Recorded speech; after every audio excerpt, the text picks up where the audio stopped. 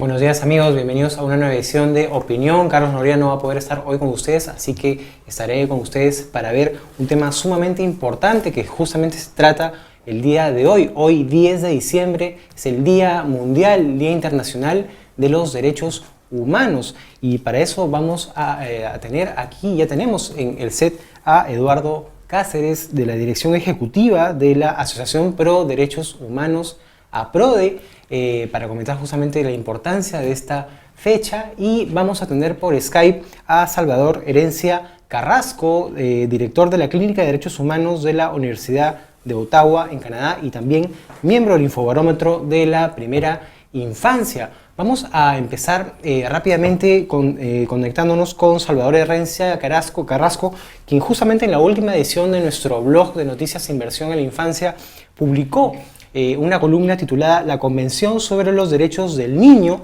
y la Justicia Juvenil, precisamente en el marco de los 25 años de la adopción de la Convención sobre los Derechos del Niño en el caso del Perú. Vamos a ver si estamos conectados con Salvador. Salvador, ¿nos escuchas? Sí, hola Fernando, hola Eduardo, ¿cómo están? Gracias por la invitación. Bien, Salvador, mira, bueno, tú escribiste la columna La Convención sobre los Derechos del Niño y la Justicia Juvenil, precisamente sobre este tema que preocupa mucho, sobre juzgar a niños como adultos. De repente nos podrías hacer una introducción respecto a estos 25 años de la adopción de la Convención de los Derechos del Niño. ¿Qué aspectos son los más preocupantes? Claro, no, bueno, muchas gracias nuevamente por la invitación, es un gran placer siempre estar con ustedes. Bueno, se ha celebrado los 25 años de la convención y la idea un poco es siempre reflexionar sobre los distintos aspectos de la convención que no necesariamente siguen siendo plenamente aplicados en el contexto de nuestro país, ¿no? No podemos negar de que en el Perú las políticas sociales dirigidas a infancia han tenido un aumento cualitativo y cuantitativo significativo. Eso no implica que aún queda mucho trabajo por hacer. Las cifras del Infobarómetro son claras, temas de desnutrición, salud materno-neonatal, entre otras. Sin embargo, un tema que, si bien escapa un poco lo que es la línea de trabajo del Infobarómetro, pero que es de preocupación a la ciudadanía, es con respecto a la responsabilidad, a la posibilidad de juzgar a adolescentes como adultos en nuestro país. Si bien los tratados internacionales que hemos suscrito, como la Convención, prohibirían tal situación, progresivamente siempre salen políticos o autoridades del Ejecutivo haciendo un llamado a esta reducción. Esta es una posición que jurídicamente ha sido desmantelada en varias oportunidades, no reduce la criminalidad, no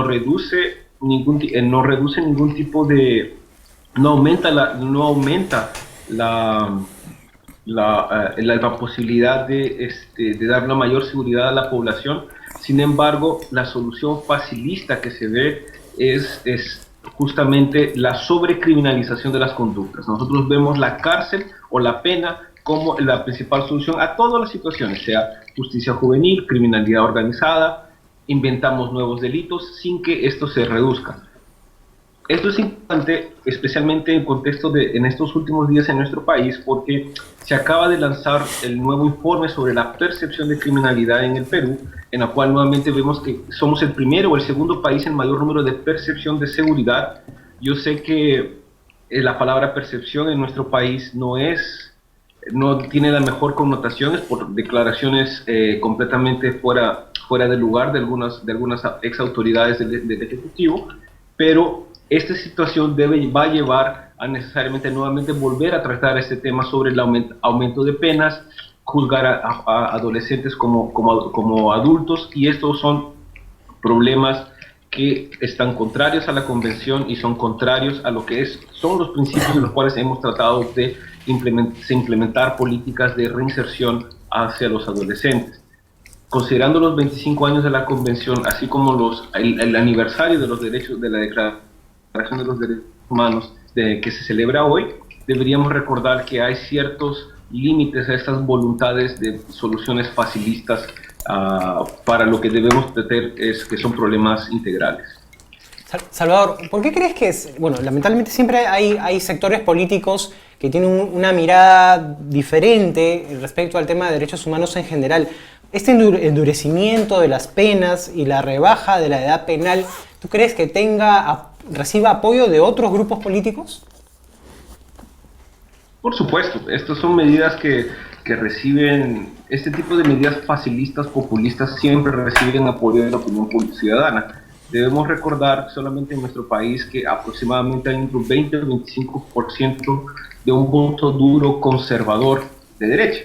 Entonces, ese grupo no miraría con malos ojos este tipo de reformas. Sin embargo, una mera revisión académico-estadística demostraría que ningún tipo de reducción de edad penal produce los ejemplos necesarios. O sea, al final de cuentas, y por decirlo en términos bastante simples, al intentar reducir, se están buscando atajos para problemas estructurales. Reducir la pena, si usted reduce la pena, pero no trabaja en temas de prevención, políticas sociales, programas de visitas familiares, programas de atención a los adolescentes que pueden estar en peligro, no vamos a poder resolver ningún tipo de problema. Y eso no es solamente para edad penal. En todas las reformas penales, el Código Penal del 91 ha tenido más de 50 reformas en las cuales se incluyen nuevos delitos y se aumentan las penas. ¿Ha mejorado la seguridad de nuestro país? No. Entonces, la solución penal no es, o la medida penal no es la solución. Y esto es importante reflexionar en el Día Internacional de los Derechos Humanos, porque lo que nosotros estamos viendo es que en esta época o en estos días, los principales problemas de derechos humanos no van a ser resueltos por tratados internacionales. No es el mejor momento para el derecho internacional de los derechos humanos, sino que estas soluciones integrales cada vez más se van a ver en materia en el ámbito interno, es decir, los gobiernos, las provincias, las municipalidades. Es ahí donde el discurso de derechos humanos y las políticas basadas en derechos tienen que encontrar su fuente. En la COP20 que está ocurriendo en estos momentos en nuestro país, el mayor éxito será que no se rompan las negociaciones frente a la convención que se tiene que negociar el próximo año. Otro problema muy importante, empresas y derechos humanos, que afecta muchos de los temas que se trabajan en Infobarómetro, temas de pobreza, acceso a servicios públicos. La solución no va a venir por un tratado, un instrumento internacional. La solución necesariamente va a venir a través de las acciones de los estados.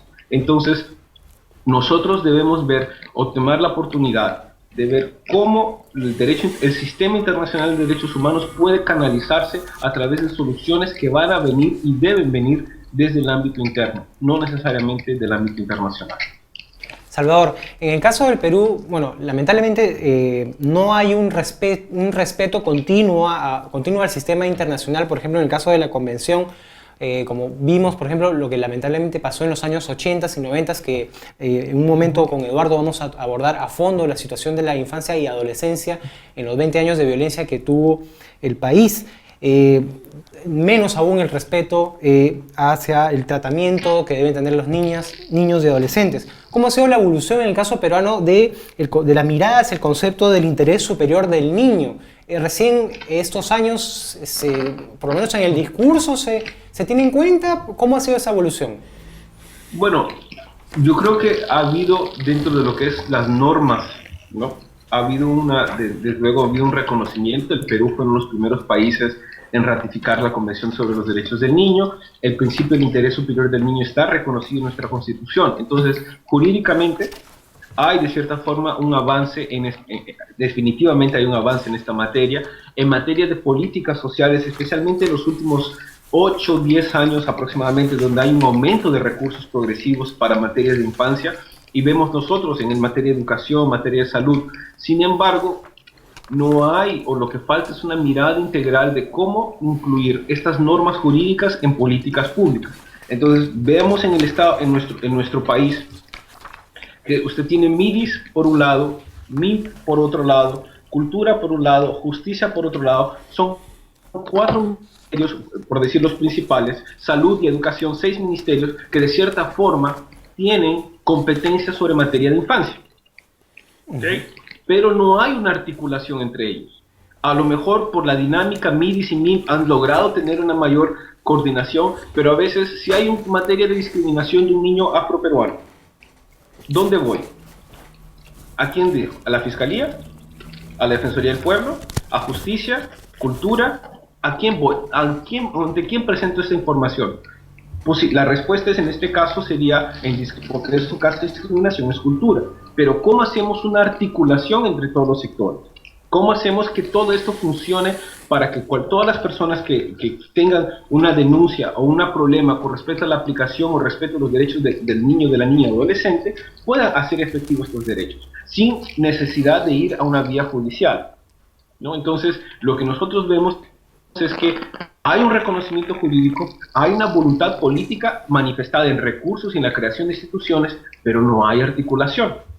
No hay una forma de cómo y evitar que no es que sea la sociedad civil únicamente la que les diga a estas personas que no se puede reducir la edad penal, de que no es ningún crimen o pecado que los niños en adolescente puedan recibir educación sexual en los colegios como medida para combatir el embarazo adolescente, que no es ningún tipo de pecado o ningún tipo de atentado que se incluya el lenguaje de género en normas del Estado. Entonces, es esa la política, la articulación de todos los sectores del Estado que tienen que hacer frente a estas miradas populistas y moralizadoras que necesariamente no van con la realidad y no van a resolver los problemas que tenemos en materia de infancia. Bien, Salvador, para terminar, hay organizaciones de la sociedad civil que, por ejemplo, trabajan en la temática de la justicia juvenil restaurativa. ¿Qué mirada tienes respecto a este concepto? Mira, mi posición acá es un poco más, no, los adolescentes no deben ir a ningún tipo de centro de reclusión, porque cualquier persona de 0 a 18 años es víctima del sistema. ¿Okay? Entonces, la restaurativa es importante, pero la mayor énfasis es prevención. Si no hay prevención, cualquier efecto y valioso efecto de la justicia restaurativa, es decir, que es reactivo a una conducta ya realizada, su impacto siempre va a ser mínimo. ¿Yo cómo prevengo? ¿No? Y pongamos en el caso... Bien, vamos a retomar la comunicación con Salvador. En el caso, ¿sí? Si lo enfocamos en un caso de materia de salud, es más fácil prevenir una enfermedad, es más fácil prevenir una enfermedad y es más barato inclusive que estar intentando sanarte de un problema de salud. La misma cosa debe ocurrir en materia de infancia y adolescencia. Bien, muchas gracias, Salvador. ¿Aló? Sí. Ok. Muchas gracias, Salvador. Gracias, Fernando. Muchas gracias, Eduardo. Hasta la próxima. Sí, ya nos estaremos comunicando. Muchas gracias, Salvador. Listo. Conversamos con Salvador Herencia Carrasco, director de la Clínica de Derechos Humanos de la Universidad de Ottawa y miembro del Infobarómetro de la Primera Infancia, sobre esta mirada que debe de respetar en relación a los derechos del niño y del adolescente y sobre todo la mirada de la justicia juvenil. Vamos a un pequeño corte y regresamos ahora sí con Eduardo Cáceres de la Dirección Ejecutiva de la Asociación Pro Derechos Humanos APRODE. Regresamos.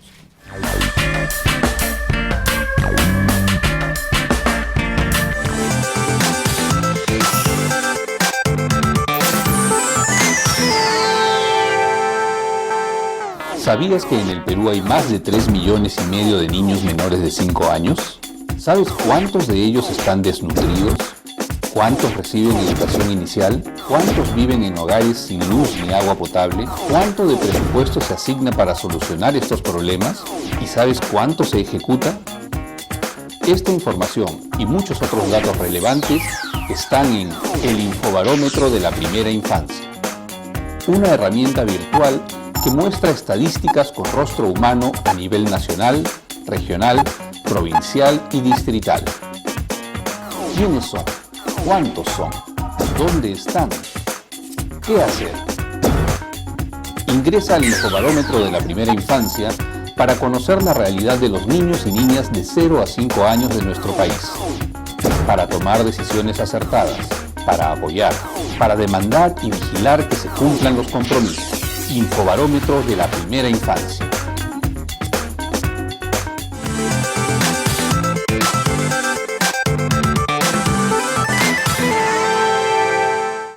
Bienvenidos a la primera infancia primero.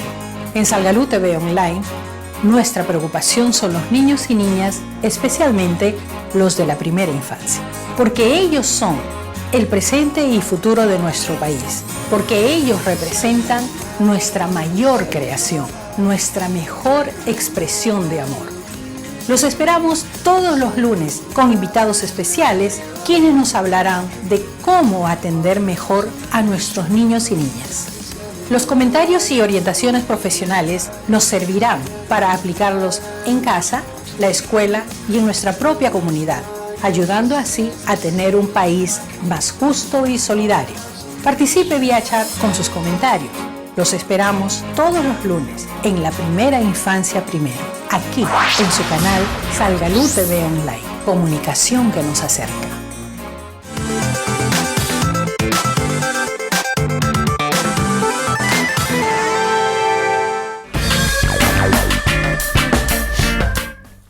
Bien, continuamos con el programa y ahora sí estamos con Eduardo Cáceres de la Dirección Ejecutiva de la Asociación Pro Derechos Humanos APRODE. Bienvenido, Eduardo, al programa. Bueno, un poco que analizábamos en el marco del Día Internacional de los Derechos Humanos. ¿Cómo ves un año más, un nuevo aniversario?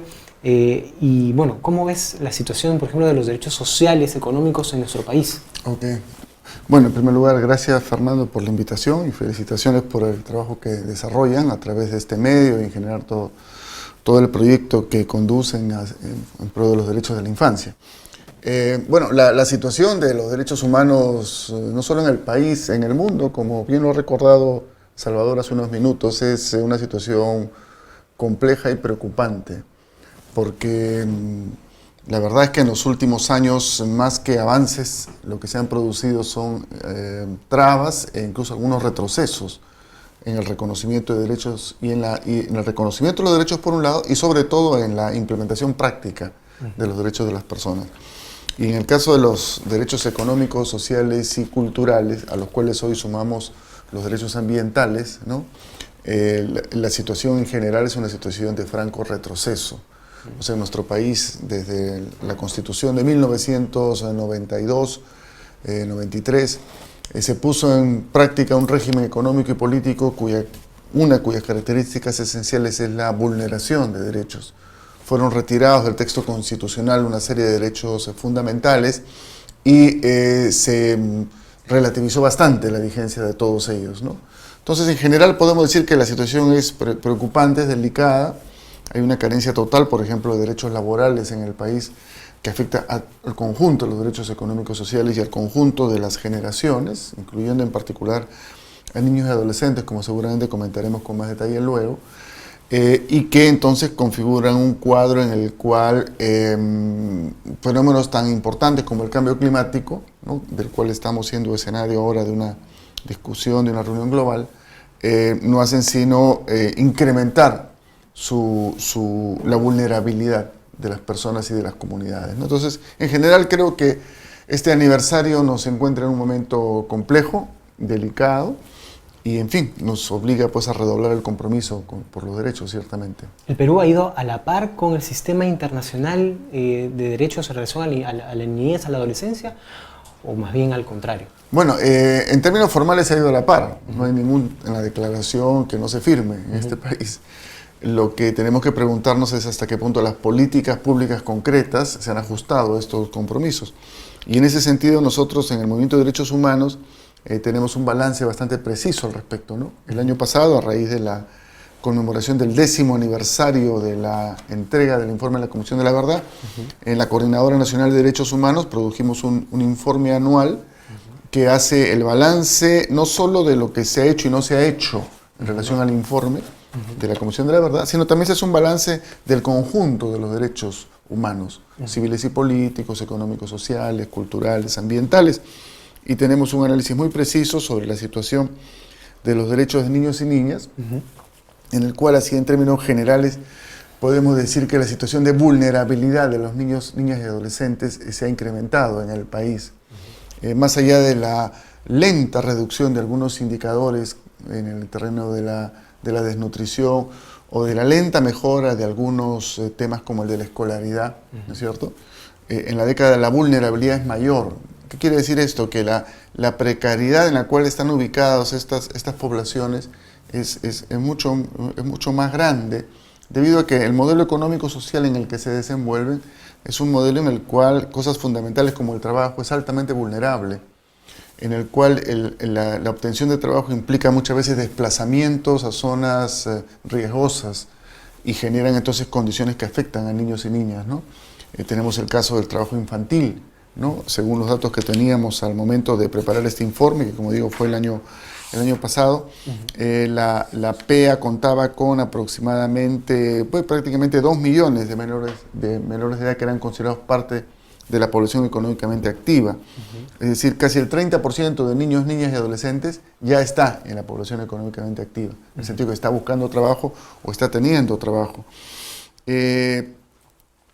La mitad de estos tienen menos de 13 años y todos estos niños y niñas y adolescentes, sin excepción, se desenvuelven en condiciones laborales extremadamente precarias, ¿no? Si no hay derechos fundamentales para los trabajadores adultos, menos los va a haber para estos trabajadores que normalmente, además, niños, niñas y adolescentes, se desenvuelven en actividades del sector informal, ¿no? Y en algunos particularmente vulnerables y particularmente riesgosas, ¿no? Es conocido la presencia importante de niños, niñas y adolescentes en las actividades mineras informales en nuestro país, así como en otras actividades de riesgos. Y todo este escenario de precariedad, de informalidad, arrastra a otros escenarios, ¿no? Y entonces se ha incrementado el tema del trato de personas, la trata de personas, y la trata con motivaciones sexuales particularmente, y dentro de esta la presencia de niños, niñas y adolescentes, ¿no? A los datos que teníamos en ese momento, del total de víctimas que se habían registrado entre el 2010 y el 2012, que siempre es un total muy pequeño porque hay un subregistro y una baja denuncia de estos casos, de ese total el 25% eran menores de edad y el 94% mujeres. Es obvio que se trata de niñas y adolescentes que son explotadas sexualmente principalmente, ¿no? O en formas extremas de trabajo doméstico. Bien, entonces eso es un poco la situación de enorme vulnerabilidad de la situación de niñas, niños y adolescentes en el marco de una situación general de precariedad de los derechos humanos en el país. Hay mucha distancia entre lo que es el discurso y acciones concretas, ¿no? ¿Cómo desde la sociedad civil se puede impulsar en el Estado cambios estructurales que modifiquen precisamente un discurso que habla de respeto a los derechos, pero políticas que en la realidad no llegan a quienes más lo necesitan, que es precisamente, en este caso, los niños, niñas que son, están bajo el trabajo, la trata de personas o que son utilizados para la minería informal? ¿Qué acciones pueden hacer desde la sociedad civil? Bueno, yo creo que hay múltiples estrategias que se pueden desarrollar. Creo que el hecho de hacer públicos esta situación, de difundirla a través de los medios, de generar debate en torno a ello, es ya una contribución a que se produzcan cambios. El desarrollo de campañas más sistemáticas que incluyan movilización, que incluyan petitorios ciudadanos, que incluyan la introducción de proyectos de ley en los parlamentos, ¿no? Es otra estrategia que ciertamente en muchos casos tiene que ir de la mano con campañas internacionales, ¿no? Dada la sensibilidad que hay en algunas esferas del gobierno frente a las presiones internacionales. Desde el Movimiento de Derechos Humanos nosotros desarrollamos una estrategia que la denominamos el litigio estratégico, ¿no? Que consiste en tomar algunos casos concretos, específicos, y transformarlos en casos de exigibilidad ante la justicia, ¿no? Porque consideramos que a través del caso concreto, que tiene nombre, que tiene rostro, primero, que es mucho más fácil impactar en la opinión pública; segundo, que es posible hacer un litigio judicial y obtener algunos resultados a veces positivos; y más allá del caso concreto, el que se le gane al Estado un caso específico normalmente lleva a que el Estado tenga que revisar el conjunto de su política, ¿no? Porque simplemente es un cálculo de costo-beneficio de lo que le significaría seguir perdiendo casos en ese terreno, ¿no? Y en ese sentido se obligan a hacer modificaciones, ¿no? Nosotros tenemos casos en ese sentido importantes relacionados con niños, niñas y adolescentes que han sufrido algunos temas relacionados con la salud, ¿no? Niños que no estaban siendo atendidos porque tenían algunas enfermedades particularmente complejas. Entonces el caso se llevó a la justicia nacional, a la justicia internacional, y al obtenerse una resolución de la justicia internacional que obligaba al Estado a dar atención y a reparar el daño causado, esto llevó a que el Ministerio de Salud redefiniese su política, ¿no? Más que por principismo, por un cálculo de costo-beneficio, ¿no? En el sentido de que 2 o 3 demandas similares podrían incrementar pues, los costos de la reparación civil, y era más económico para ellos modificar la política y dar curso a la atención. Entonces, esa es una estrategia, ¿no? que es la más frecuente en el caso del movimiento de derechos humanos, pero creo que es un abanico de estrategias en las que hay que plantearse para poder producir cambios en una situación que es ciertamente muy preocupante. Ahora, uno de los topes con los que se encuentra la sociedad civil es que lamentablemente no se puede a veces cambiar las políticas de gobierno que deberían ser políticas de Estado, ¿no? O sea, que haya una continuidad, porque termina un gobierno, viene otro y todo otra vez a foja cero. Así es, efectivamente, esa es una limitación muy seria, ¿no?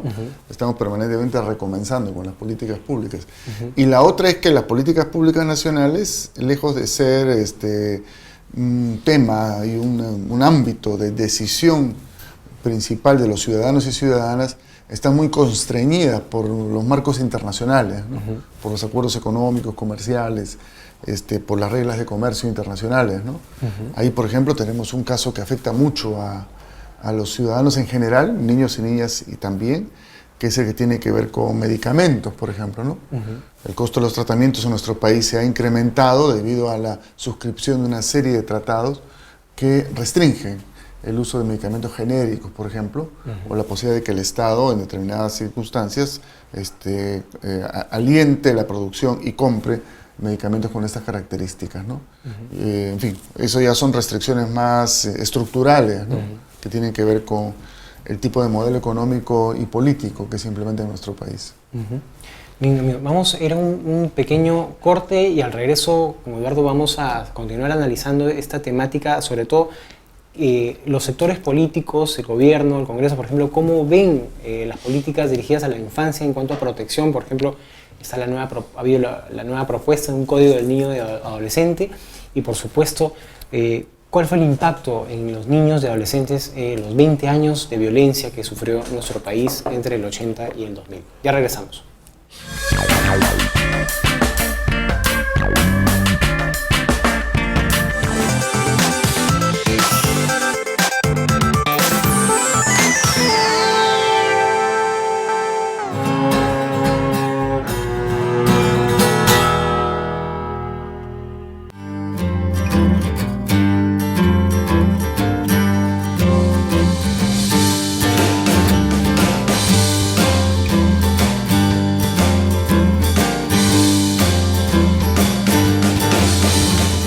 La primera infancia es la etapa determinante del resto de la vida. En estos primeros años, si un niño sufre de desnutrición, por ejemplo, va a tener problemas en su desarrollo en todo el resto de su vida. Y si no es estimulado con educación inicial, con estimulación en el hogar, estimulación temprana, igualmente no estará preparado para la educación posterior.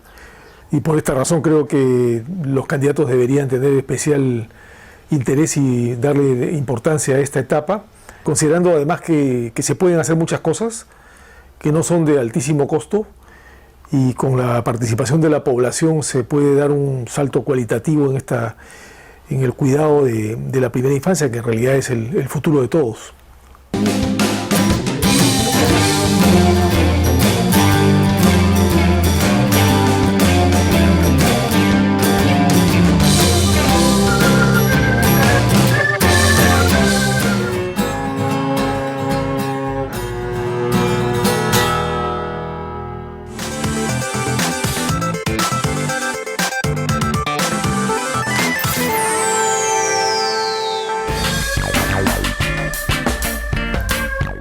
Bien, conversamos en el bloque anterior con Eduardo precisamente sobre esta mirada que tiene que haber en las políticas dirigidas a la niñez, a la adolescencia en nuestro país.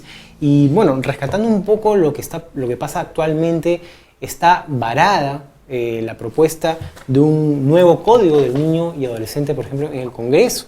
Y esta nueva propuesta, bueno, ya hemos abordado este tema en programas anteriores. Hay varios aspectos que preocupan, por ejemplo, en relación al derecho a opinión, el derecho a la salud sexual y reproductiva, la falta de una prohibición expresa al castigo físico y humillante, y la ausencia de un lenguaje inclusivo, Eduardo. O sea, ya no vamos a tener un código del niño y adolescente, sino simplemente del niño y adolescente. ¿Dónde quedó la niña? Terrible. Bueno, creo que las dificultades que se están teniendo en relación con el código de niñas, niños y adolescentes no es una novedad, ¿no? Algo similar se vio también reflejado en el debate que hubo sobre la unión civil, en debates que se han dado sobre derechos sexuales y reproductivos, derechos de las mujeres en general, etcétera, ¿no? Que ponen de manifiesto pues un repugnante conservadurismo. Y digo que es repugnante porque es absolutamente hipócrita, ¿no? Porque va a contramano de lo que todos sabemos es la práctica cotidiana de muchos de esos políticos que se escandalizan por 2 o 3 expresiones inclusivas y que sin embargo están envueltos en tremendos negociados, coimas y corrupciones que son de público conocimiento, ¿no? Entonces, esta situación, pues, que es absolutamente hipócrita e inaceptable, está bloqueando iniciativas como las del código mencionado y que tienen impacto indudablemente serio en la sociedad, ¿no? Por ejemplo, la ausencia de educación sexual en nuestros centros educativos y en la sociedad en general ciertamente es una de las causas más importantes del crecimiento del embarazo adolescente en los últimos años.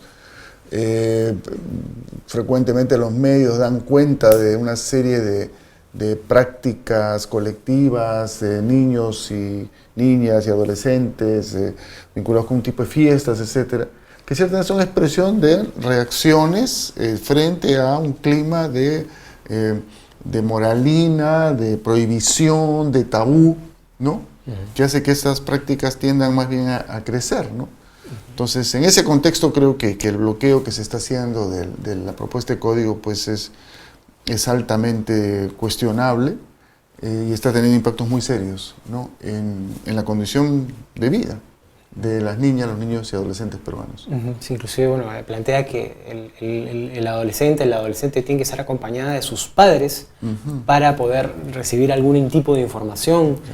Y bueno, y en relación al castigo físico y humillante también, bueno, es un grave problema también. Hay una falta de información en cuanto a los casos de violencia contra los niños, niñas y adolescentes. En realidad se pide mucho al Estado tomar acciones concretas. Y una acción concreta sería precisamente prohibir expresamente el castigo físico y humillante, ¿no? ¿Cómo desde el Movimiento de Derechos Humanos ven el tema específico de la violencia contra las niñas y adolescentes, por ejemplo? Bueno, justamente ese es uno de los temas que tratamos en el informe anual del año pasado, ¿no? Una de las principales preocupaciones que ha generado la propuesta de modificación del Código del Niño y Adolescente de la Comisión de Justicia del Congreso es que no se incluye la prohibición expresa del castigo físico y humillante como mecanismo de corrección o disciplina. Tampoco elimina el término corrección moderada, entre comillas, que figura en el artículo 74 del actual Código de Niños, Niñas y Adolescentes, etcétera, ¿no? Entonces, sí, o sea, compartimos plenamente esa preocupación, más que preocupación, esa denuncia, ¿no? Porque esto es violatorio de los compromisos internacionales, ¿no? Claramente. Entonces, y como digo, va de la mano con todo un clima de supuesto moralismo, ¿no? Que es absolutamente hipócrita, ¿no? En las condiciones actuales de nuestro país. Ahora, Eduardo, quisiera ya entrar de lleno, digamos, a lo que marca esta fecha y lo que pasó en nuestro país. Muchas de las cosas que suceden hoy son huellas o temas que aún no han sido resueltos hace más de 20 años, ¿no? Pero que de alguna forma explotaron del 80 al 2000. ¿Cómo impactó a los niños y adolescentes los 20 años de violencia? Y sobre todo, bueno, los niños que sobrevivieron, que hoy ya son adultos, ¿qué huellas les ha dejado lo que pasó y que está plasmado en el informe final de la Comisión de la Verdad? Bueno, yo creo que en primer lugar lo que hay que decir con toda claridad es que niñas, niños y adolescentes fueron víctimas directas del conflicto armado interno, ¿no? En el sentido de que no tenemos un cálculo final, ¿no? Pero hay un porcentaje significativo de muertos, de personas con lesiones físicas graves, de desaparecidos y desaparecidas que han sido niños, niñas y adolescentes, ¿no? Yo simplemente quiero mencionar un caso, ¿no? Que nosotros lo hemos llamado la doble tragedia de Racaya. Racaya es una comunidad que está ubicada en el distrito de Canaria, en la provincia de Víctor Fajardo, en Ayacucho. A esa comunidad, del 17 de octubre del año 1983, ingresó una columna senderista muy temprano en la madrugada y secuestró a 55 personas, hombres, mujeres, niñas, niños, adolescentes, 25 de ellos menores de edad, ¿no? Los secuestró para llevarlos, según les habían dicho, a una escuela de adoctrinamiento que iba a tener lugar en una comunidad vecina. De hecho, llegaron a esa comunidad vecina, al anexo de Humasi, fueron encerrados en la escuela por sendero, en la escuela de esta comunidad, pero resultó que a las 5 de la madrugada se hizo presente en ese anexo, en esa localidad, una patrulla del ejército que estaba haciendo un operativo, ¿no?, de seguimiento de los senderistas. Y lo que hicieron al detectar o al enterarse que en la escuela había sido concentrada esta población que había venido de otra comunidad, fue simple y llanamente ametrallar la escuela, ¿no? Ametrallar la escuela, matando una cantidad significativa de personas. Las que sobrevivieron a esa matanza, esa primera matanza, fueron llevadas a un patio y horas después también fueron ejecutadas, ¿no? En total, las 50 y tantas personas que habían sido secuestradas por sendero el 17 de octubre en la comunidad de Racaya fueron ejecutadas por el ejército el 18 de octubre del mismo año, ¿no? Constituyendo uno de los tantos, pero más serios casos de genocidio de poblaciones campesinas, ¿no? Es un caso que está siendo judicializado, en fin, avanza lentamente, pero está ahí. Pero como ese hay muchos más, ¿no? Las masacres de Lucanamarca y Acomarca, ¿no?, que fueron perpetradas también, en un caso por el ejército, en otro caso por Sendero Luminoso, tuvieron un alto componente de niños, niñas y adolescentes, ¿no?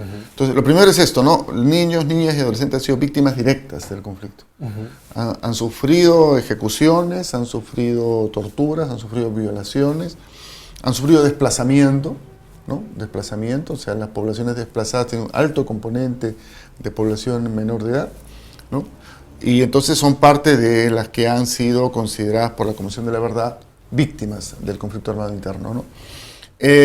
Las que han sobrevivido, pues, al haber sido testigos, y todavía uno lo puede escuchar y compartir en testimonios que nunca dejan de ser muy emotivos a pesar del tiempo, las personas que han vivido esto en sus primeros años, pues, han quedado definitivamente impactadas, ¿no?, y marcadas por escenas de violencia en las que han visto, pues, ejecutar a sus padres, a sus familiares, ¿no?, maltratarlos, violaciones sexuales abiertas, ¿no?, públicas prácticamente. Y entonces esto deja una huella muy profunda en las sociedades que han vivido el conflicto, pero en el conjunto de la sociedad peruana, ¿no? Y una de las grandes deficiencias que han tenido los programas de reparaciones en general, aparte de sus limitaciones, su lentitud, es la casi total carencia de atención del componente psicológico, ¿no? Ahora recién hay algunos programas de reparación en el terreno psicológico en algunas de las zonas afectadas por el conflicto, pero son limitados, no está muy claro si es reparaciones por la violencia o es simplemente atención psicológica general a la población, que ciertamente es legítimo y se debe dar, ¿no?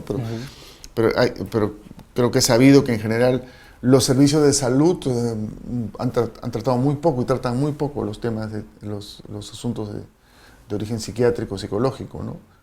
Y en este caso mucho más serio, ¿no? Entonces, la huella está ahí y esto se expresa, por ejemplo, en los temas de violencia familiar, que repercute sobre las sucesivas generaciones de niñas, niños y adolescentes.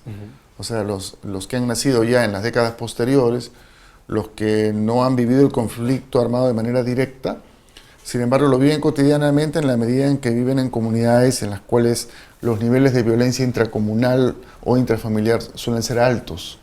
Y eso no se explica sino es por la huella, el trauma que dejó el conflicto armado interno, ¿no? Entonces, hay una cantidad de efectos que va más allá de las víctimas directas, pero he querido marcar sobre todo el hecho de que han habido víctimas directas, ¿no? Y que corre el riesgo de transmitirse de generación en generación.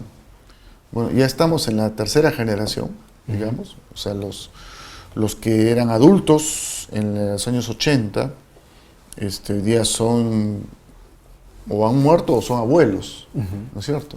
Los que fueron niños, adolescentes en los años 80, hoy día, 34 años después, ya tienen 50 años, pueden ser incluso abuelos, ¿no es cierto? Los que eran niños y adolescentes.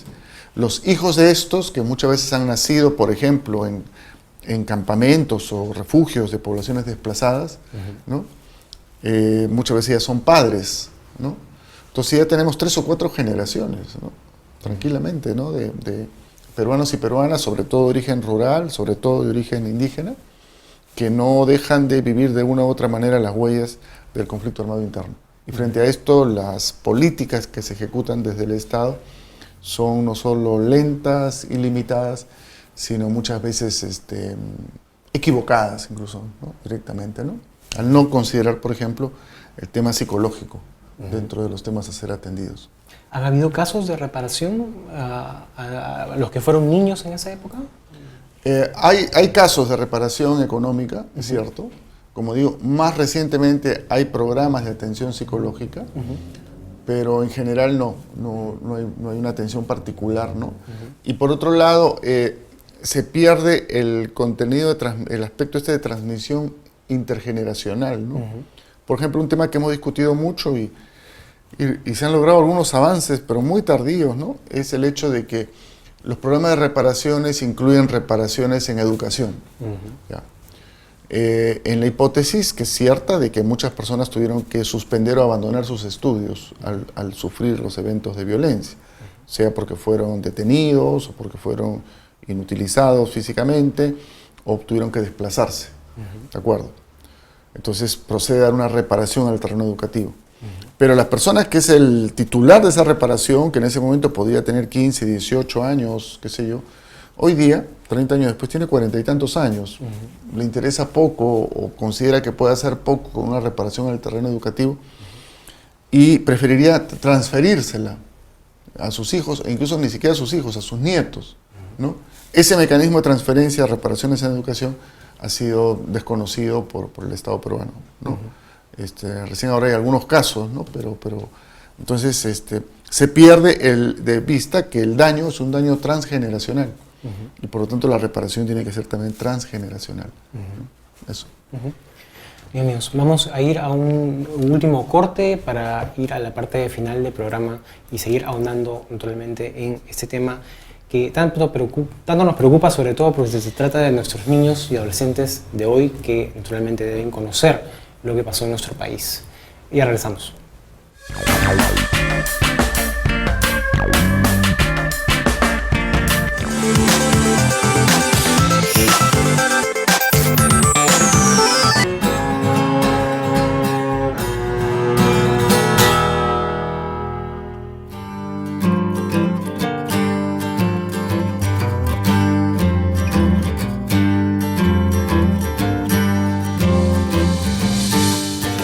Uno se preguntaría, ¿y por qué los niños son importantes?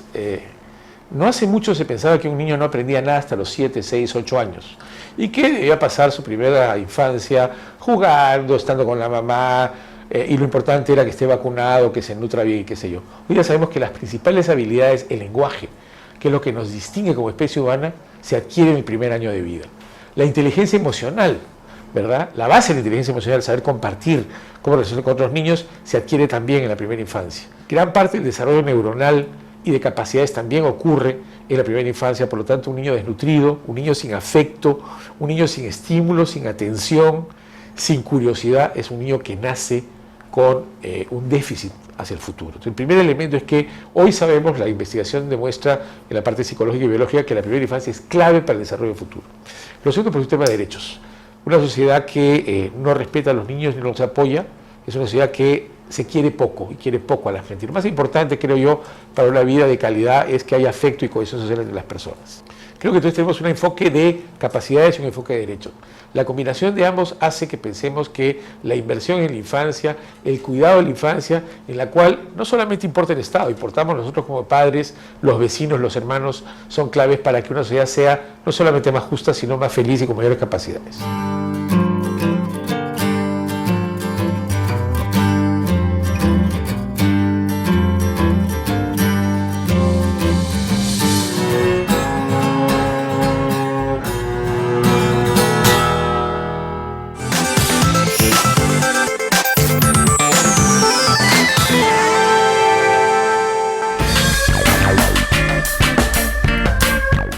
Bien, continuamos con el programa. Eduardo, se quedó en el tintero justo una pregunta que quería hacerte sobre, y lo dice el informe final de la CBR, que los actores del conflicto no diferenciaban entre adultos y niños. Así es.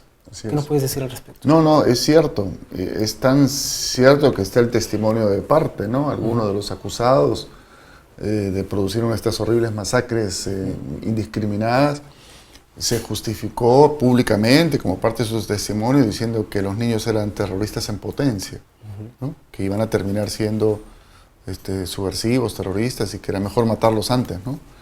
Entonces es muy claro que no fue un daño colateral, no fue un daño, una bala perdida, ¿no?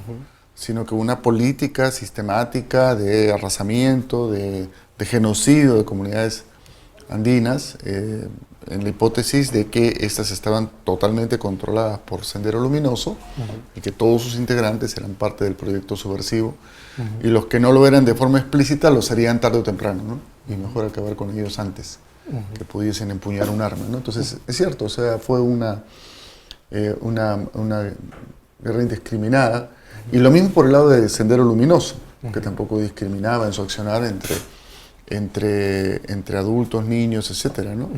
Y cuando produjo masacres de comunidades campesinas, ¿no? Como es el caso de Lucanamarca, o como fue el trato que dio a los Asháninkas en la selva central del país, lo hizo también, ¿no? De manera indiscriminada, y produjo violaciones específicas a los derechos humanos y al derecho internacional humanitario al generalizar el reclutamiento forzado de niños, niñas y adolescentes en sus filas, ¿no? Justo sobre eso te quería preguntar, actualmente, ¿cómo ve el movimiento de derechos humanos el tema de los pioneritos, por ejemplo, ¿no? En el BRAE? No, eso es claramente una violación de los derechos humanos, de los derechos, del derecho internacional humanitario. Está claramente señalado en todos los instrumentos internacionales que está prohibido el reclutamiento de niños y adolescentes por cualquier fuerza, ¿no? Sea una fuerza regular o irregular, ¿no? Eso es una violación sin duda de los derechos de estas personas. Ahora, la mejor forma de cambiar esta situación sería a través de la educación. Nuestra educación, nuestro sistema educativo, tiene una mirada histórica de lo que pasó en el país, de aprender las lecciones para que no vuelva a ocurrir esto, o lamentablemente no es así. No, yo casi estoy convencido de que no es que no haya una voluntad o haya una especie de descuido, abandono, sino que hay explícitamente en algún lugar hay una decisión explícita de borrar la memoria no solo de este asunto, sino de muchos otros asuntos de la historia reciente del país. Creo que hay temas que explícitamente han sido exorcizados, se pretenden ser exorcizados de la vida social a través de la prohibición de la memoria de los mismos, ¿no? Y esto tiene que ver con las décadas recientes, no solo con las décadas de la violencia, también con las décadas previas, ¿no? En concreto, desde Velasco para acá, digamos, ¿no? Ese Perú no existió. Esa etapa de la historia peruana, republicana, que se inicia con la crisis de los años 60, las reformas del velasquismo, las convulsiones sociales, las movilizaciones, la vida política de los 80, Sendero Luminoso, MRTA y contrasubversión, etc. Todo eso no existió, ¿no? Y hablar de eso es subversivo, ¿no? Y yo creo que hay que hacer una decisión, como digo, en algún nivel.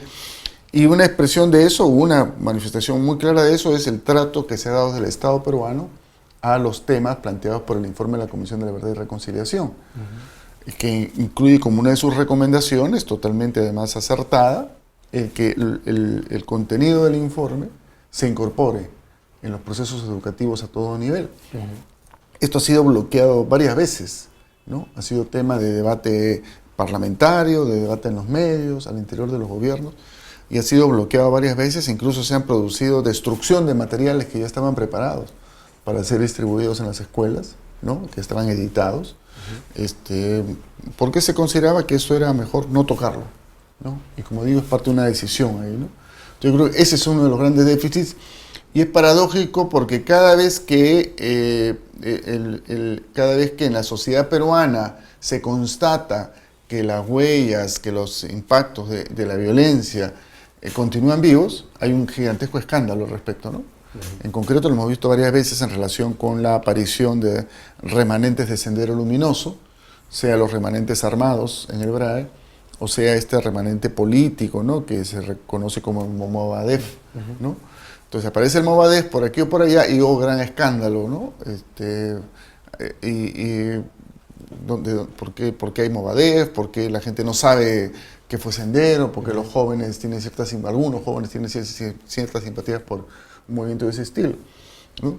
Y ahí entonces, lejos de recurrir a la memoria de manera ordenada, ¿no? Se vuelve a insistir en salidas represivas frente al asunto, ¿no? Y es la pervivencia del Movadef, con todas las limitaciones que tiene, que yo creo que son muy claras y no hay por qué exagerar su peso. La permanencia del Movadef tiene que ver con la ausencia de una política sistemática del Estado de hacer una memoria crítica de lo que nos pasó como sociedad en las últimas décadas, ¿no? Creo que ahí hay una conexión muy clara y muy directa. ¿Y cómo incluir a la niñez y adolescencia de nuestro país en una cultura de memoria histórica?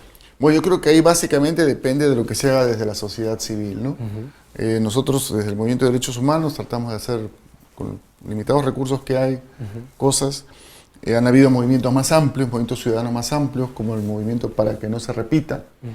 Hay experiencias emblemáticas, como es la que se mantiene viva en torno a uno de los principales lugares de memoria de este país, que es el Ojo que Llora, que está en el Campo de Marte, que tiene todo un circuito de activistas, voluntarios y voluntarias que promueven visitas guiadas. Hay un trabajo de circuitos de la memoria por todo Lima. La gestión que culmina en el municipio de Lima ayudó bastante a desarrollar esos circuitos.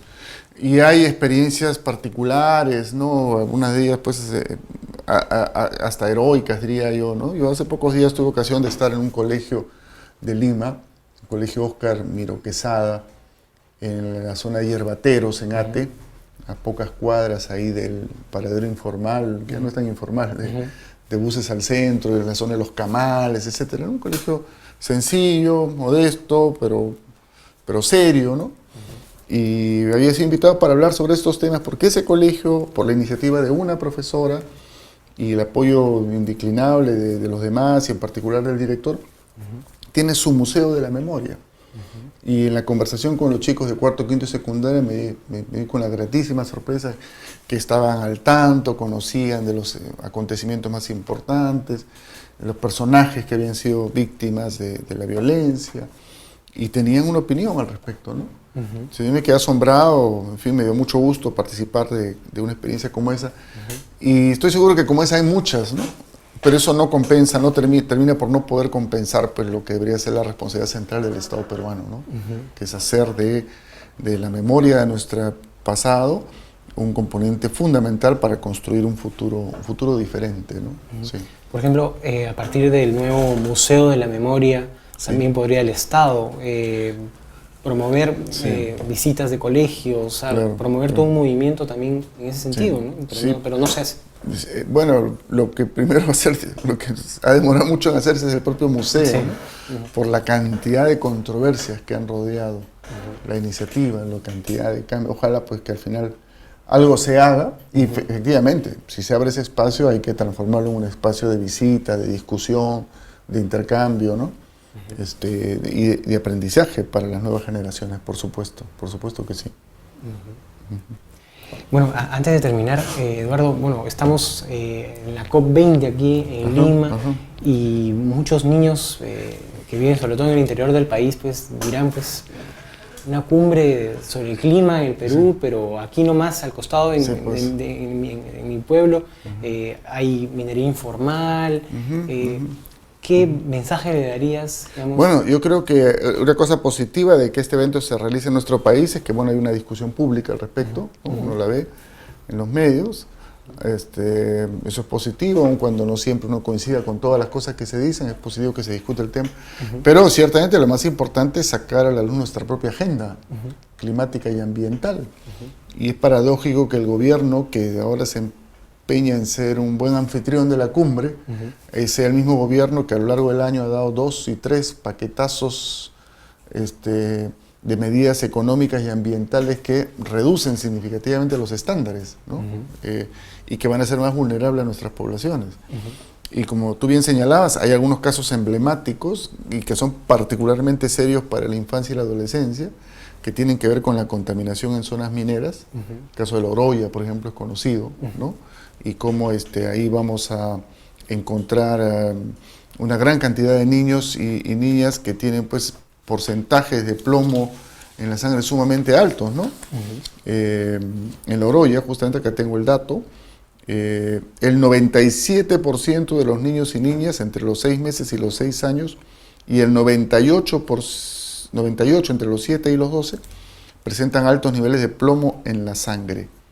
Y lo mismo pasa en Cerro de Pasco, en el Callao mismo, hay zonas del Callao que están muy afectadas por la presencia de depósitos de minerales. Entonces hay una cantidad de problemas ambientales que están ahí. Esa agenda es la que tenemos que sacar a la luz y dejarla planteada para que terminada la cumbre, el Perú asuma su propia cumbre climática, ¿no? Sí. Eduardo, muchas gracias. ¿Algo más quieras agregar? Bueno, no, simplemente agradecerte la invitación y el compromiso del Movimiento de Derechos Humanos con la causa de las niñas, niños y adolescentes es permanente, indeclinable, y nos da mucho gusto saber que hay espacios como este que están en lo mismo, ¿no? Felicitaciones y, bueno, esperamos seguir encontrándonos en estas lides. Por supuesto. Muchas gracias, Eduardo. Bien, amigos, eso sí, entonces hemos conversado con Eduardo Cáceres de la Dirección Ejecutiva de la Asociación Pro Derechos Humanos APRODE, y anteriormente estuvimos con Salvador Herencia Carrasco, director de la Clínica de Derechos Humanos de la Universidad de Ottawa, en el marco del Día Internacional de los Derechos Humanos, hoy 10 de diciembre.